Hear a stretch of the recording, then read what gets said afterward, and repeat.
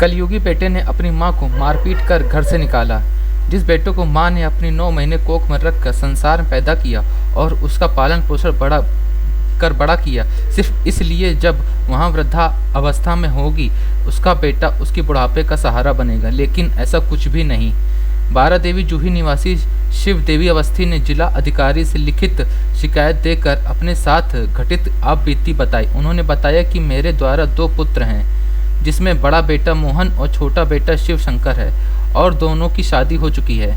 बड़ा बेटा हरिद्वार में रहकर वैराग्य जीवन यापन कर रहा है और शिव शंकर साथ ही में रह रहा है। कुछ वर्ष पहले पति की मृत्यु हो चुकी है। शिव शंकर और उसकी पत्नी दोनों ने मिलकर आए दिन मेरे साथ मारपीट गाली गलौज करते हैं और खाना पीना नहीं देकर घर में रखे मेरे गहने और पैसे बेटा और बहू के ससुराली जानों ने मिलकर हड़प लिए। हद तो तब हो गई, बेटे ने धक्का देकर घर से निकाल दिया। अब मैं दर दर की ठोकरें खाने पर मजबूर हूँ। किसी तरीके से बड़े बेटे को सूचना करने का वह कानपुर में आकर संबंधित थाने पर शिकायत करी और पुलिस ने मामले को हल्के में रफा दफा करके खत्म कर दिया। पुलिस के द्वारा कठोर कार्रवाई न होने पर छोटे बेटे ने घर से बेदखल कर दिया। वही बड़े बेटे ने मोहन का कहना है कि मेरी माँ को उनका अधिकार मिलना चाहिए और जो भी उनका धन संपत्ति है सब उनको मिल जाए और मुझे कुछ नहीं कहना। छोटे भाई द्वारा जो भी मां के साथ गलत व्यवहार किया है उसके खिलाफ कड़ी कानूनी कार्रवाई होनी चाहिए, जिसके लिए मैंने आज जिलाधिकारी के समक्ष लिखित शिकायत करी और डीएम ने उचित कार्रवाई का आश्वासन दिया। मैं योगी सरकार और संबंधित पुलिस अधिकारी जनप्रतिनिधि से अपनी मां के लिए न्याय की गुहार लगाता हूं और छोटे भाई और उनके ससुराल के परिवार के लोगों पर कठोर कानूनी कार्रवाई हो, यही मैं चाहता हूं। कानपुर समाचार संवाददाता विशाल शर्मा की खास रिपोर्ट।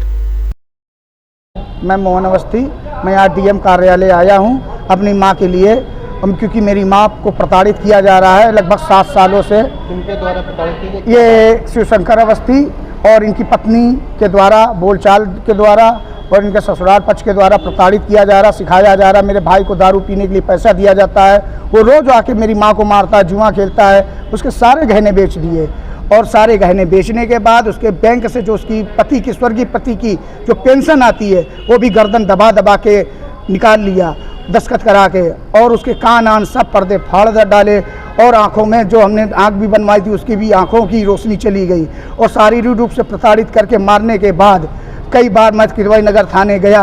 किरवाई नगर थाने में मेरी ना सुनवाई होने के कारण मैंने डीएम जी के पास मैं आज पेश हुआ और मैं डीएम आवास के पेश होने के बाद डीएम जी ने मुझे सांत्वना दी कि आपकी कार्रवाई पूरी हो गई। कृपया सरकार योगी जी से मेरी ये गुजारिश है और डीएम साहब से गुजारिश है कि आप सिटीजन के तहत एक मेरी माँ का सुरक्षा कीजिए और मेरी माँ का दायित्व मुझे दीजिए और जो भी उसकी प्रॉपर्टी का हकदार है मेरी माँ है और कोई नहीं। जब तक माँ जिंदा है उसको कोई नहीं ले सकता, उसको कोई नहीं निकाल सकता है। इसके लिए हम योगी जी से आभार प्रकट करते हैं और सबने विनय निवेदन करते हैं।